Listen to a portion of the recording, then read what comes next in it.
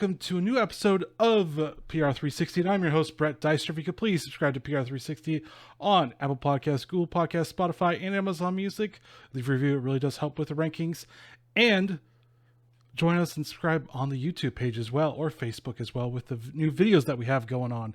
But with me, I have Matt Prince, and he is a pretty good guy to actually have. He works for Taco Bell. Yes, that Taco Bell, the one you all love and probably eat every once in a while or all the time. Doesn't really matter. But he has been part of several big cultural contributions like the Taco Bell Hotel, the Taco Bell Weddings, Taco Bell Beer. And he's also been a part of Disneyland. And he was also part of all the social media command center and building that out as well. He's been a part of PRSA helping young professionals understand and get into PR industry. But welcome to the show, Matt.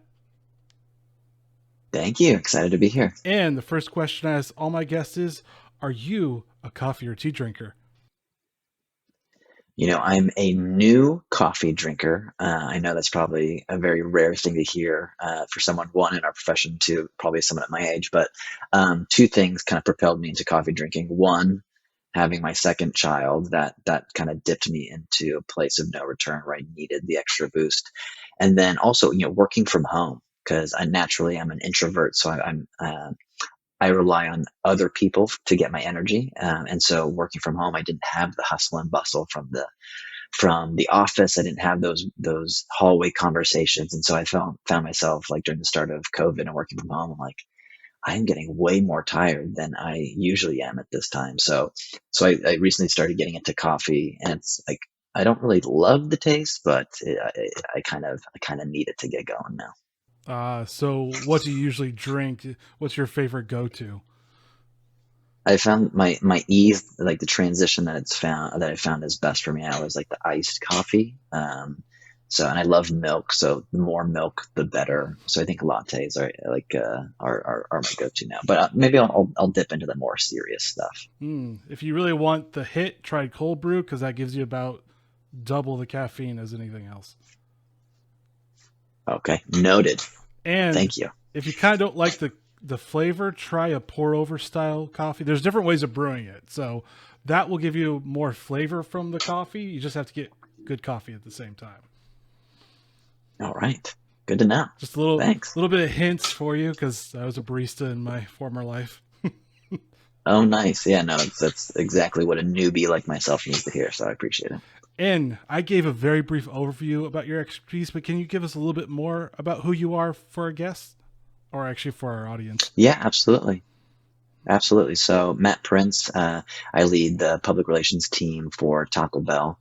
I've been there for 7 years and have helped kind of build out some really cool programs. You mentioned a couple of them earlier, but my job is to really lead the earned strategy for the brand, and kind of bring to life in different ways what we call these like cultural moments, these culturally relevant ways in which the brand shows up, does things differently, puts together campaigns that people may scratch their heads of, like, why is Taco Bell doing that? But at the same time answering with, of course they would do that. I don't think anyone was probably asking for a Taco Bell hotel, but the way that we showed up and how we brought it to life and was in a way that only Taco Bell can do it as a brand. And so we have some really cool programs that we've done in the past as part of that.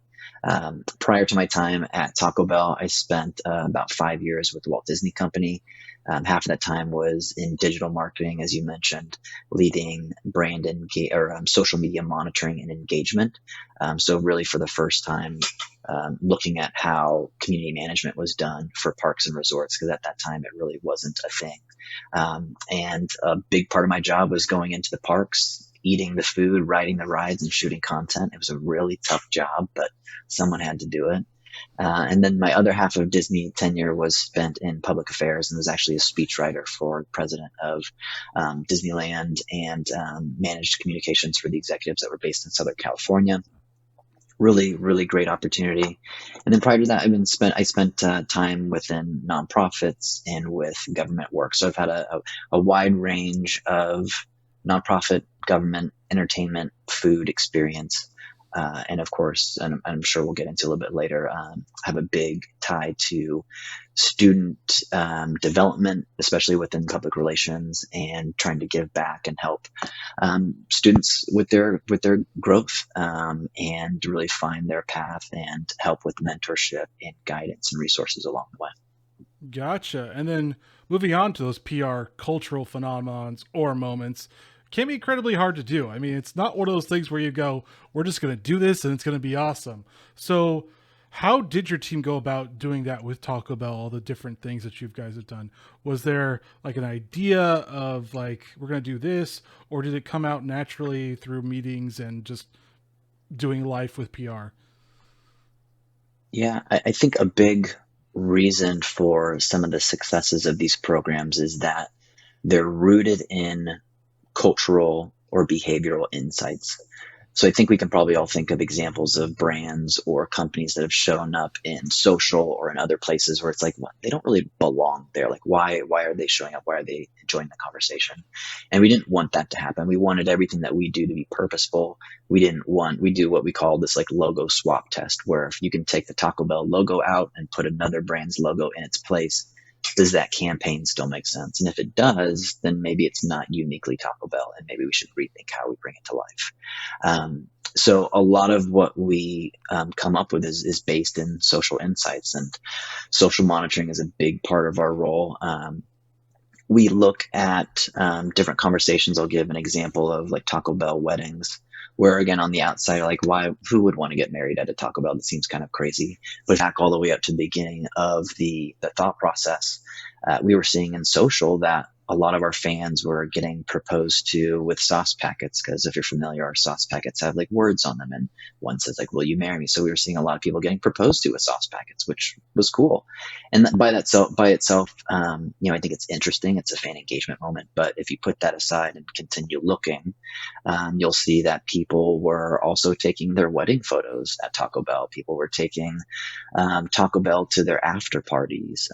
People were all of these ways that Taco Bell was showing up. The insight that led us to that was Taco Bell is showing up in the love stories of our biggest fans. And so you take that insight and you think about how you can make it bigger and make it more of a moment. And at the time, we were opening up a restaurant on the Las Vegas Strip. And I remember thinking, like, what's the biggest form of relationship commitment? And that, of course, is marriage. And then I had this restaurant that's being built in Las Vegas. I'm like, there's no better way to kind of combine the two. So it kind of came to life in that way. We partnered with an officiant that's local to Las Vegas. You can order a wedding off of the menu from the Las Vegas Cantina the same way you would a cheesy gordita crunch. So for $600, you can get a bunch of tacos. You can get it married in as little as 4 hours. You get a bunch of swag. You get a really cool experience, and it's like a chapel, a wedding chapel that's built into the wedding, that's built into the Taco Bell at the Las Vegas Cantina. So check it out if you haven't already. In the 3 years I think that we've done it, we've done almost 300 weddings. So it's a testament to, I think, the fandom that we have. But it's a good example of, again, like how you take insight that was already a behavior. We're not just building something from complete scratch where it's like people are thinking, why would that exist? These are real behaviors that were existing within our biggest fans. And I think that's why you kind of have that success, because it's already a part of behavior. All right. It seems like it was a lot of like listening and seeing those little touch points. Did you use a lot of tools for that, or was it just learning over time? Like, hey, look at people are getting married here. We're in Vegas. Sounds like a match made in heaven. No pun, actually a pun intended on that one. Yeah, I mean, it's a combination of all of that. I think, we see so many conversations through social that, again, as an individual component, probably is not big, but when you see them time and time again, when you see them come to life in different ways. So, another example is there's an old movie called Demolition Man. Some of our younger listeners may not be familiar with that movie, but it's about 27 years old. It was a Sylvester Stallone, Wesley Snipes, Sandra Bullock, one of her first movies.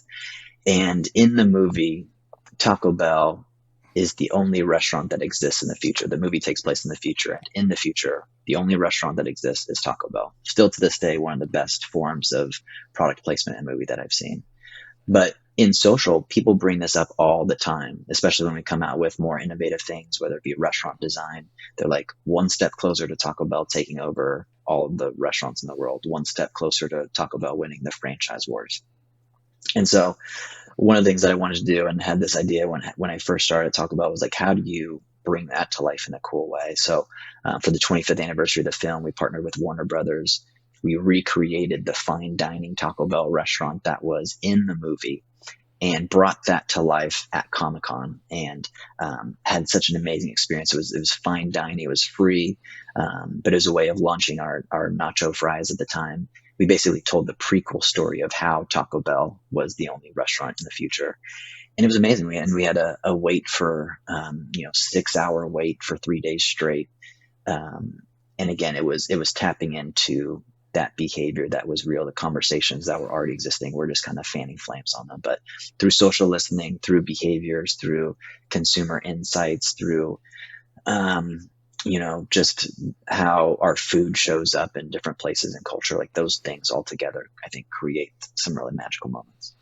Are there like specific social media sites that you listen to more than other ones, or do you kind of listen to them all and try to get a spread? Because I'm pretty sure for yours, LinkedIn may not be the best one, but you can still listen to it a little bit.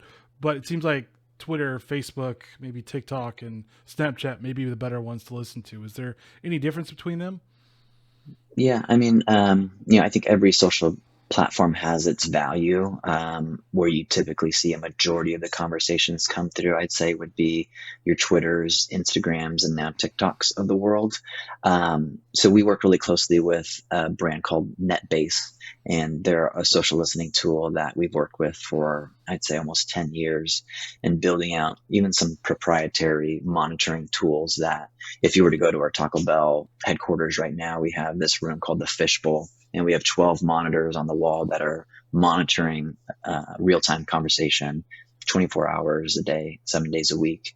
And you can see the trends. You can see how people are talking about the brand, what the keywords are. And I think that has really unlocked a lot for us. But, when I started 7 years ago, TikTok wasn't even a thing. So I think you look at the immersion of these new platforms and how brands show up, and I think brands are showing up in even a more powerful way than I think they were in Instagram on TikTok now, and how consumers are tapping into your brand. So that's a big one, but you also have to continue to evolve and continue to shift the strategies, because they're not going to stay the same, because the consumer is shifting, the way that they're engaging with your brand is shifting.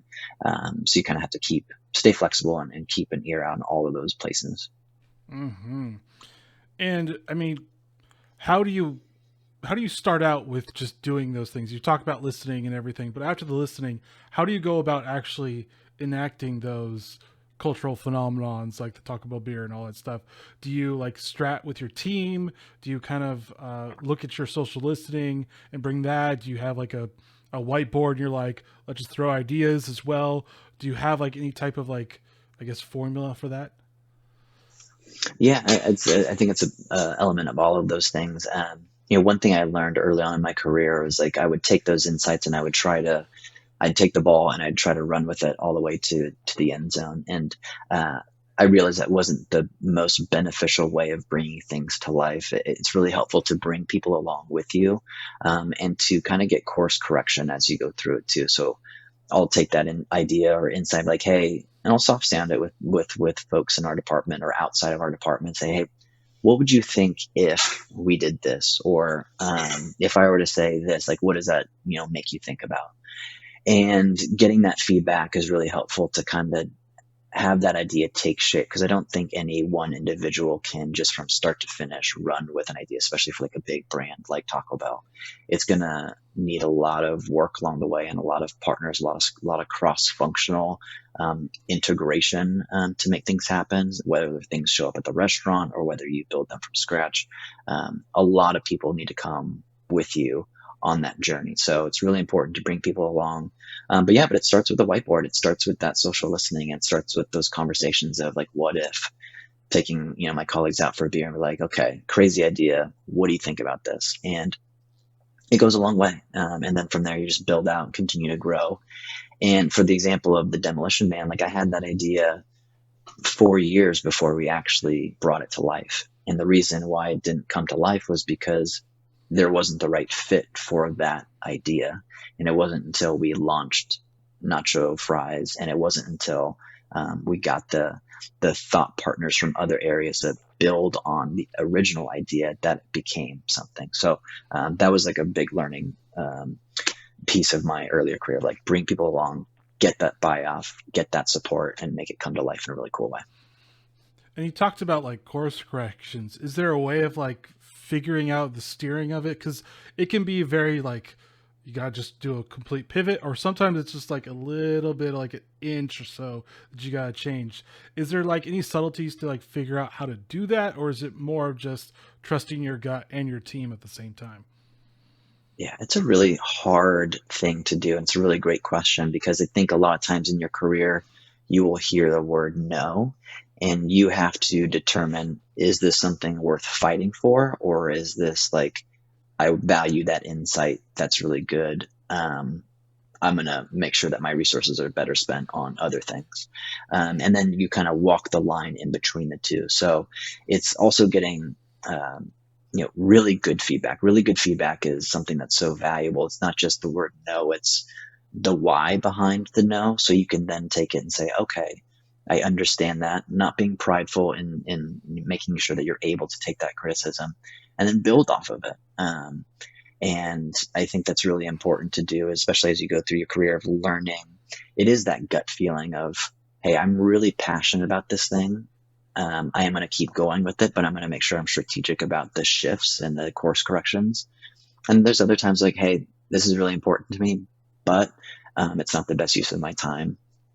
Maybe I'll keep it on the back burner. Like I have a back burner whiteboard as well. And those are things that maybe they're not ready for prime time, but you got to kind of keep them in your back pocket.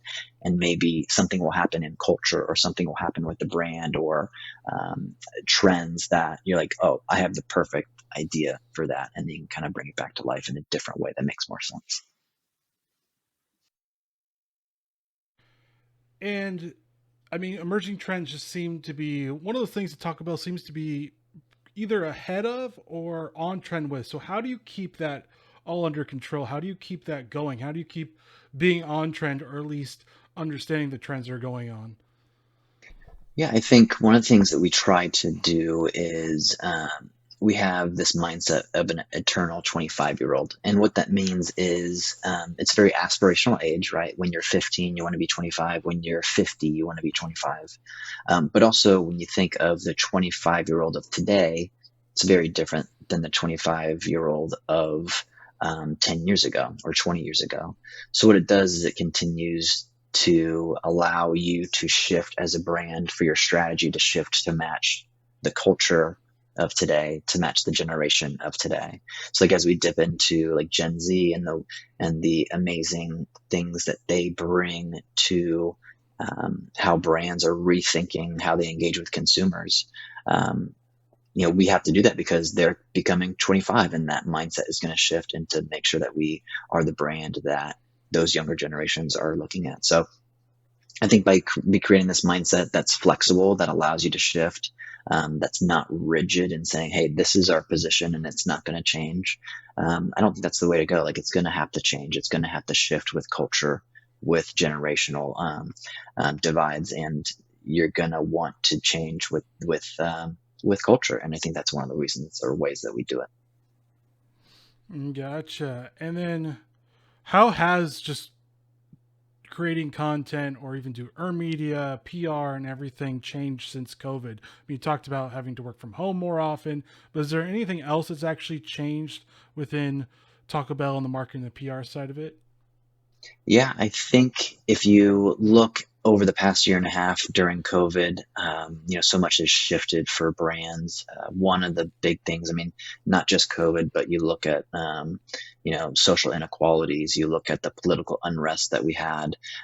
So much was shifting in a year that was really hard for a lot of people, and brands weren't exempt to that. So I think you had truly a change in like operational, right? Like our restaurants were changing, the inside dinings were closed. We were going to drive through only. Our menu had to shift with that as well, kind of taking out some pieces of our menu that were more challenging to speed up the times because those lines were longer.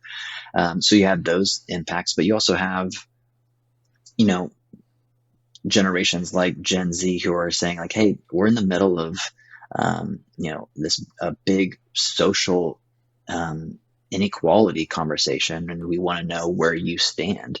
And so I think during COVID, brands were held a lot more accountable for things like safety, what you are doing to keep me safe. Why should I keep going to your business during a time where it's very uncertain and I don't know necessarily where I feel safe?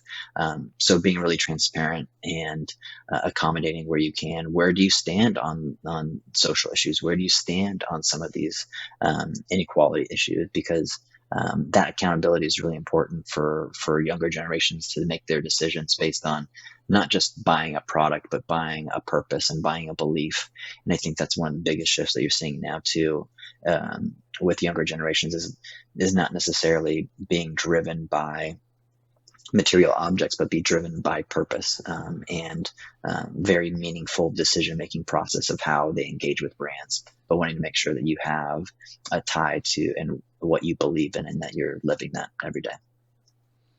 I mean, I think we almost need to add supply shortages as well, since that seems to be a big thing, at least this year. Last year wasn't as big, but it seems like that one is now playing a part in how you market even your products sometimes. Yeah, you're seeing that impact that I think started then, and now the repercussions are happening now. But labor challenges, supply issues, challenges, those things are all kind of showing up now in ways that brands, not just Taco Bell, I mean all brands are having to deal with across the board. So it requires you to be able to be flexible, move fast, move quickly, bring people along, be transparent, and be okay with a little bit of uncertainty, because I think we're all kind of in that boat. But at the end of the day, you have to make sure that you are producing a product that you believe in and that you can bring consumers along and make them feel good about it and feel safe and feel heard. And that's really the best you can do. And then moving into like more of the future generations, since we talked about that a little bit, but more for the PR side of it. I mean, what skills or how should young PR professionals be successful in today's PR industry? Yeah, the PR, I think, as an industry, obviously is continuing to shift. It always will. It's a very the dichotomy of what PR is very interesting, because there are some facets of it that haven't changed in 100 years, and there are others that change, every other week. So that's one of the things I love most about PR, because it is so volatile in a interesting way. I think for what I look at for young professionals is the things that I can't teach. So you look at things like interpersonal communication skills, work, like drive, work ethic. Those are things I can't teach. I would take a strong work ethic over experience any day of the week. I can teach you about the brand. I can teach you software skills or monitoring tools. I can't teach you how to have that drive and that grit and that determination. So for me personally, as a manager, those are the things I look for. One thing that really helped me in my process in getting to where I am today is I understood very early on I wasn't the smartest person in the room, but I understood relationships really well. I understood that it was nearly impossible to stand out in a stack of 300 resumes for these competitive jobs, and that I wanted to kind of look at it a little bit differently. And I wanted to be at the top of what I called everyone's I know a guy list or I know a girl list, because I understood that for opportunities that came up, the hiring manager would go to their network and say, do you know anyone that would be good for this job? They wouldn't post it on LinkedIn. They wouldn't post it on the job boards. They would ask their network, do you know anyone who would be good for this job? And my goal was to do enough within the community, to do enough within my work, do enough networking and relationship building, that when that question was asked, they said, oh yeah, I know a guy. I saw him speak here, or I met him at a networking event here, or I met him at a volunteering thing here. It was doing the most that I could at that time to set up a strong personal brand that I could take with me on that journey and my career growth and be at that list. And so if you look at my career path, I've been recruited from a job I love into a job that I love even more. And I've not applied for the jobs that I've had over my career. Now, I've applied for many jobs and I've not gotten them. But if you look at my actual career path, it's been that of recruitment. And so to me, I think resumes are dying. I think it's harder and harder, especially now, to stand out, especially in a more virtual world where you're competing with people for an LA job from New York, because work from home is much more prevalent. So I think as those challenges grow, relationships and networking are going to be more and more important. And even networking has changed too, because it's more virtual, which some people argue is not that great, but it could get better. Yeah, it's a challenge, and the young generation, I mean, everyone now literally has the opportunity to connect with anyone they want in the world, which should blow your minds. Like as a young professional, you can reach out to anyone at any industry, at any company that inspires you, any individuals that inspire you.